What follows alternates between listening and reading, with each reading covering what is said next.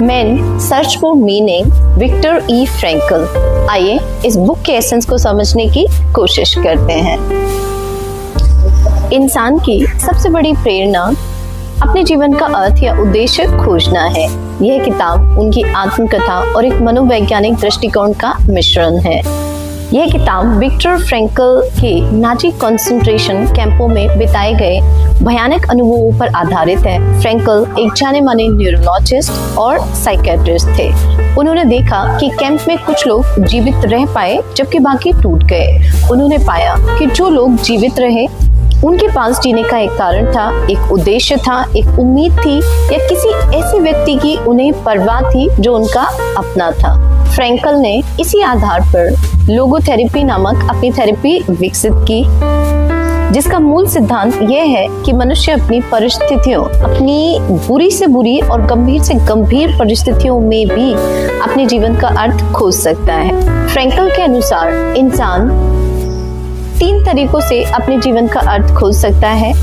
Number 1, कोई काम करके या कुछ रचकर, जैसे कि कोई कलाकृति बनाना, कोई किताब लिखना, कोई आविष्कार करना या किसी जरूरी काम को पूरा करना। जब हम कुछ नया बनाते हैं तो हमें लगता है कि हमारा जीवन सार्थक है।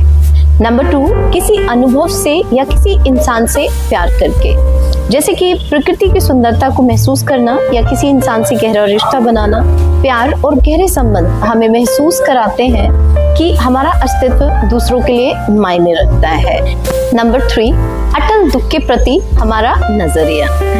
यह सबसे महत्वपूर्ण तरीका है। फ्रैंकल कहते हैं कि जब हम दुख या पीड़ा को बदल नहीं सकते तो हम ये चुन सकते हैं कि उस दुख के प्रति हम क्या नजरिया रखते हैं। हम दुख में भी साहस, गरिमा और शक्ति के साथ जी सकते हैं।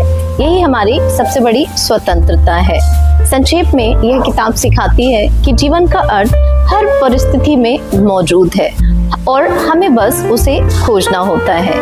इंसान से सब कुछ छीना जा सकता है सिवाय एक चीज के, अपने जीवन का उद्देश्य चुनने की आजादी के।